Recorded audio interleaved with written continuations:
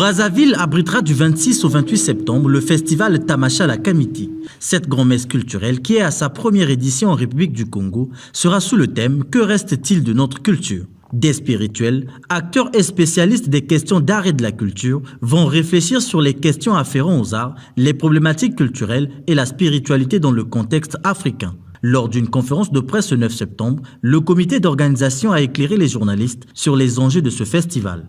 Nous nous sommes dit, pour un lancement, on va mobiliser les sœurs et les frères.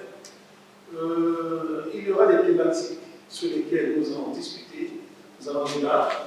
Nous avons des gens qui, sans avoir besoin de participer à une table ronde, peuvent avoir quelque chose à dire au public. C'est une personne qui peut se mettre dans un coin, ça peut être un artisan, ça peut être quelqu'un qui a une idée dans la spiritualité, qui fait un travail, quel qu'il soit, mais vraiment en relation avec la communauté. La riche culture africaine mérite une promotion. Ses emprunts, son histoire, ses arcanes doivent être connus pour servir aux générations présentes et futures.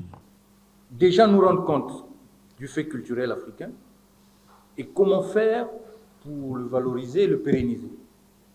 On aura atteint un peu l'objectif si, au sortir du festival, on voit des gens maintenant qui se disent « Ah tiens, moi maintenant mon ethnie, ma langue, je vais peut-être tout faire pour l'apprendre ou faire apprendre aux enfants. » Au moins ça.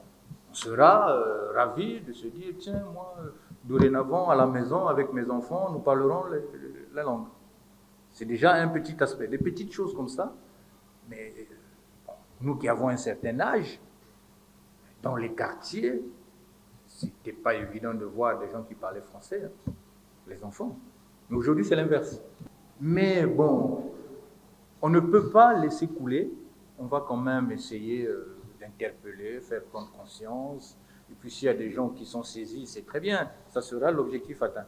Dans l'ambition de décentraliser les activités du festival, le comité d'organisation prévoit 3 sites notamment, le Centre national de radio et télédiffusion, l'Institut français du Congo et la Maison russe. Les férus de la culture et des arts auront droit aux expositions des œuvres d'art africaines, de la musique mais aussi des conférences. Des conférences, débats, des cafés littéraires,